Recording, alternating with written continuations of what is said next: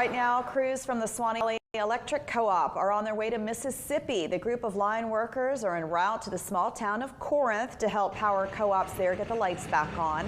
Nearly 115,000 people across Mississippi are still without power after last weekend's massive winter storm. You can see all their trucks and crews headed out early this morning. It could take another 2 weeks to restore power for everyone. And it's not just power putting Mississippi at a standstill. Icy interstates snarling traffic in the northern part of the state.